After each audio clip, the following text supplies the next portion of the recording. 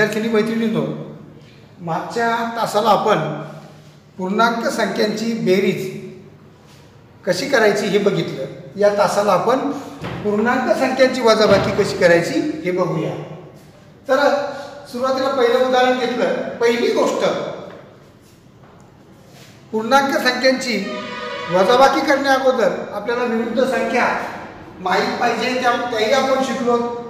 5 ची विरुद्ध संख्या, विरुद्ध संख्या किती? बरोबर -5। -8 ची विरुद्ध संख्या, विरुद्ध संख्या बरोबर 8। लक्षात ठेवा, धन संख्येची विरुद्ध ऋण 5 ची विरुद्ध ऋण 5 आणि ऋण 8 ची विरुद्ध 8। या ऋण विरुद्ध संख्यांचा वापर करून आपल्याला आपली वजाबाकी शिकायची। उदाहरणार्थ 5 मधून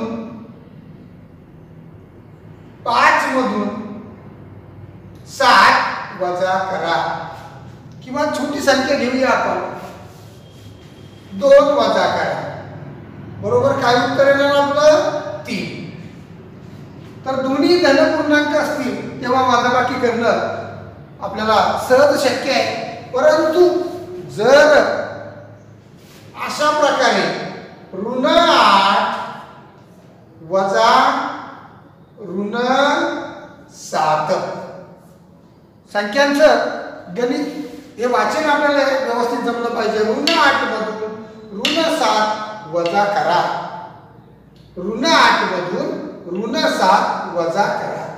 आता या ठिकाणी लक्षात ठेवा, पहिल्यांदा आपल्याला एखाद्या संख्येतून पहिल्या संख्येतून दुसरी संख्या वजा करणे म्हणजे काय? तर पहिल्या संख्येमध्ये पहिली संख्या जशीच्या तशी, पहिल्या संख्येमध्ये दुसऱ्या संख्येची विरुद्ध संख्या मिळवणे। अजिबात वजाबाकी करायची नाही, मिळवतोय मी, पण वजा करणे म्हणजे बेरीज करणे, पण काय? दुसऱ्या संख्येची विरुद्ध संख्या आपल्याला घ्यायची आहे। मग -7 ची विरुद्ध 7। चला, बेरीज तर आपण शिकलो आहोत। तर अशा प्रकारे पहा, हे गणित बघा, -8 अधिक 7 याचा अर्थ काय? ऋण संख्या, ऋण म्हणजे कर्ज, ऋण म्हणजे कर्ज। आता या ठिकाणी ऋण 8 आहे आणि अधिक 7, बरोबर काय येणार? पहिल्या संख्येतून -8 मधून मध्ये 7 मिळवायचे। तर ही बेरीज आपण शिकलोय। या ठिकाणी उत्तर येणार, मोठ्यातून छोटी वजा करा आणि मोठ्या संख्येचं चिन्ह द्या। लक्षात ठेवा, हेच गणित दुसऱ्या प्रकारे एखाद्या संख्येतून दुसरी संख्या वजा करणे म्हणजे अगोदर बेरजेच्या रूपात मांडता आलं पाहिजे आपल्याला। 6 वजा -4, 6 मधून -6 मधून -4 वजा करायची आहे। पहिल्या संख्येतून दुसरी संख्या वजा करायची म्हणजे ही संख्या बेरजेच्या, हेच गणित आपण बेरजेच्या रूपात मांडू। दुसऱ्या संख्येची विरुद्ध संख्या घेऊया आपण, -4 ची विरुद्ध 4, -4 ची विरुद्ध 4, आणि वजाच्या ऐवजी काय करायचे? आपल्याला मिळवायचं पहिली संख्या जशीच्या तशी। मग 4 अधिक 6 अधिक 4 बरोबर उत्तर आलं, म्हणजेच यांची वजाबाकी आली 10। पुढे घेऊया, -8 वजा 4 काय आहे गणित? -8 मधून 4 वजा करा, -8 मधून -4 हे चिन्ह जे आहे हे क्रियावाचक चिन्ह आहे, वजा करणारं, वजाबाकीचं काम सांगणारं चिन्ह आहे। परत वाचूया, -8 मधून 4 वजा करा म्हणजे पहिली संख्या जशीच्या तशी, -8 जशीच्या तशी, आणि या 4च्या विरुद्ध संख्या, -4 च्या विरुद्ध -4, आणि वजाच्या ऐवजी आपल्याला काय करायची? वजाबाकीचं गणित बेरजेच्या रूपात मांडलं आणि उत्तर आलंय। आता ही बेरीज शिकवली, समान चिन्हांची बेरीज. वजा करणे म्हणजे बेरीज करणे, पण केव्हा? दुसऱ्या संख्येची विरुद्ध संख्या घेऊन. मग आता काय झालं? समान चिन्हांची बेरीज झाली ऋण 8 आणि 4 12. ही झाली वजाबाकी. ऋण 8 मधून 4 वजा करा, त्याचं उत्तर आलं ऋण 12. हेच गणित आपण बेरजेच्या रूपात, वजाबाकीचे गणित बेरजेच्या रूपात मांडलं आणि बेरीज केली. लक्षात ठेवा, पहिल्या संख्येतून दुसरी संख्या वजा करणे म्हणजे पहिल्या संख्येमध्ये दुसऱ्या संख्येची विरुद्ध संख्या मिळवणे. म्हणजे परत एकदा बघूया. 12 वजा ऋण 10, 12 वजा ऋण 10. वजाबाकीचं गणित आहे, आपण बेरजेच्या रूपात मांडूया. वजाच्या ऐवजी बेरीज, आणि हिचं काय करायचं? दुसऱ्या संख्येचं हिच्या विरुद्ध संख्या ऋण 10च्या विरुद्ध 10. हे फार महत्वाचं आहे. आणि 12 पहिली संख्या जशीच्या तशी. आणि आता उत्तर आलं दोन्ही धन 12 अधिक धन 10 बरोबर उत्तर आलं 22, धन 22. या गोष्टी लक्षात ठेवा. परत आणखी एखादं गणित घेऊन पाहूया आपण. ऋण 7 मधून वजा करा कोण? ऋण 5.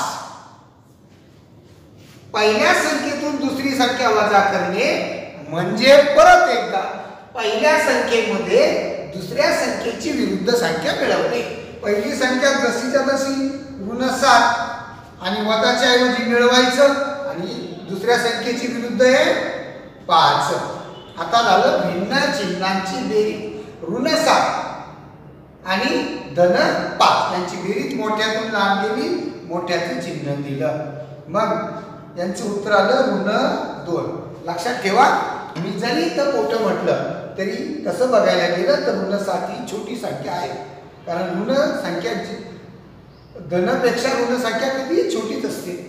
ठीक आहे, पुढे बघा. आणखी एखादं गणित संख्या रेषेवर सुद्धा आपल्याला वजाबाकी करता येते. बघा, संख्या रेषेवर आपण वजाबाकी करूया. हेच गणित इथं बघूया. ऋण 5 वजा 4 अशा प्रकारे. तर आता ऋण पहिल्यांदा हे गणित बेरजेच्या रूपात मांडा. ऋण पहिली संख्या जशीच्या तशी आणि वजाबाकीच्या ऐवजी मिळवायचं, आणि याच्या विरुद्ध 4च्या विरुद्ध ऋण 4. डबल चिन्ह आलं, मी कंस घेतलाय. चला हे गणित आपण संख्या रेषेवर करूया. ऋण 5 कुठे आले? ऋण 5 या ठिकाणी आहे. ऋण 5 आणखी पुढे आपल्याला वाढावं लागतील. ऋण 5 मध्ये मिळवा. आता ही संख्या रेषा आपल्याला आणखी वाढवावी लागेल या बाजूला. हे गणित आपण जरा घेऊया. संख्या रेषा वाढवूया ही पहिल्यांदा.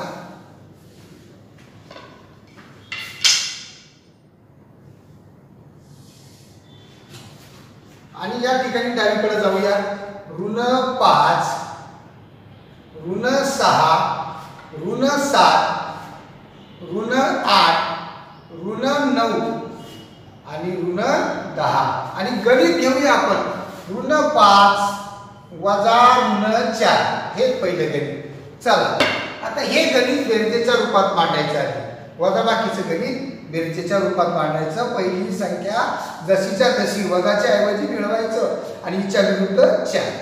कुठे आहे ऋण 5? पहिल्यांदा ऋण 5 कुठे आले? ऋण 5 इथे या ठिकाणी आहे ऋण 5. आणि अधिक 4 धन 4. धन संख्या शून्याच्या उजवीकडे म्हणजे उजव्या बाजूला जायचं. किती? 4 एकक, 4 एकक किंवा 4 घरे म्हणा किंवा एकक अंतर म्हणूया. 1 एकक इथून ऋण 5 पासून 1 2 3 आणि 4 उत्तर आलं ऋण 1. या ठिकाणी आपण उत्तर आलं बरोबर ऋण 1. गणित आणखी एखादं घेता येईल आपल्याला. वजाबाकीचं गणित 7 मध्ये ऋण 7 मध्ये मधून वजा करा 2. बघा आता या ठिकाणी ऋण 7 मधून 2 वजा करा. हे गणित आपण बेरजेच्या रूपात मांडू. ऋण 7 जसेच्या तसे आणि वजाच्या ऐवजी मिळवायचे, आणि हिचे 2च्या विरुद्ध ऋण 2.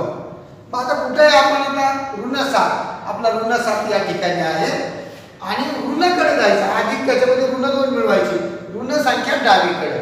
मग 7 इथे आहे आपला, या ठिकाणावर निघालो आपण आणि इथून किती घरं, 2 घरे किंवा 2 स्थळ 2 एककांतर 1 2. आपलं उत्तर आलं ऋण 9. या पद्धतीने आपल्याला बेरीज वजाबाकी पूर्णांक संख्यांची करता यायला पाहिजे. तर या प्रकरणामध्ये पूर्णांक संख्यांची बेरीज वजाबाकीची उदाहरणं दिलेली आहे बघा, ती सोडवा आणि मला आपल्या व्हॉट्सअप ग्रुपवर सेंड करा. धन्यवाद.